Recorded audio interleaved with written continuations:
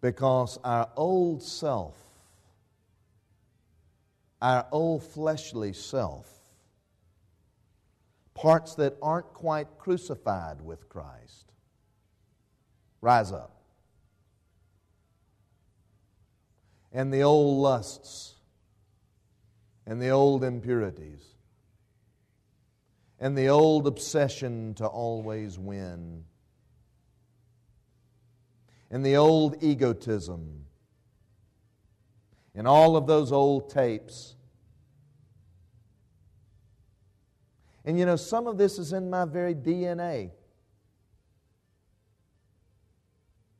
You know, my father, when he was living, would always lovingly and gently, but very confrontationally, call me on some of my sins of the flesh, particularly my sins of ego.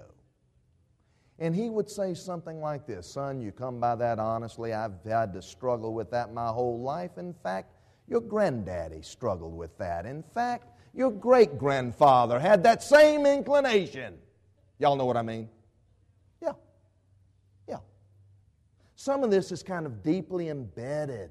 It's not that we're not free agents. I'm not saying that we're programmed like a computer to commit sins of the flesh. I'm just saying that there is a pretty deeply embedded, almost genetic kind of inclination. This is what Paul means by the flesh. And there is a force at work. Whether you call that force Satan or the devil or the evil one or the deceiver, there is a power at work. Why else does St. Paul say, and speaking for everybody in this room, my goodness, the good that I would do, I don't. And the evil that I would refrain from doing is exactly what I end up committing. Where'd that come from? How many times in an interview with a murderer, let's just take a big dramatic sin of the flesh.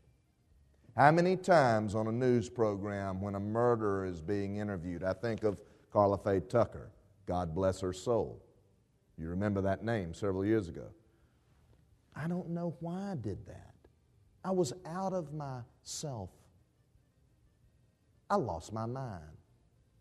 I was on drugs, which is what you hear a lot. Yeah, that's right. It is not, where did that come from? And that's the power of evil. Now, switching gears, turning the prism. Life in the Spirit can deliver a whole different set of fruit. And I'm seeing it being born in your life. Love, gentleness, kindness, meekness, self-control. I want to tell you something. This doesn't happen overnight. Doesn't happen instantaneously. When those two beautiful Wilson kids came up out of that water this morning, they didn't automatically get all the life of the Spirit, all the fruit of the Spirit. And I imagine before this day's out, well, those are pretty beautiful kids, but if they're like normal kids, I imagine before this day's out, they've acted like toots. Somehow. And you know what's going to put them in the Spirit? You are. In the Lord Jesus Christ, crucified and risen. And over a period of time, as they practice their Christianity, and as they practice, as they say what Jesus said and do what Jesus did, and they do it over and over and over and over and over, they're going to get it. And it's going to make a difference in their lives. How many of you saw that wonderful movie, Tender Mercies? Tender Mercies. Oh, you guys got to go see that movie. It's 25 years old. Robert Duvall plays the country music singer, sort of washed out country music. Tender Mercies. Raise your hand if you've seen that movie. Yeah, some of you have seen it. Go rent it. It's a great movie. And he's sort of down, he's had some misfortune, he's had some alcohol problems, he's washed out. He meets this Christian young woman, a Baptist. And she tells him, she lays down the law, she says, if you're going to be a part, she's lost her husband in Vietnam, so they're both sort of wounded for various reasons. And she says, if you're going to have anything to do with me, you're going to church.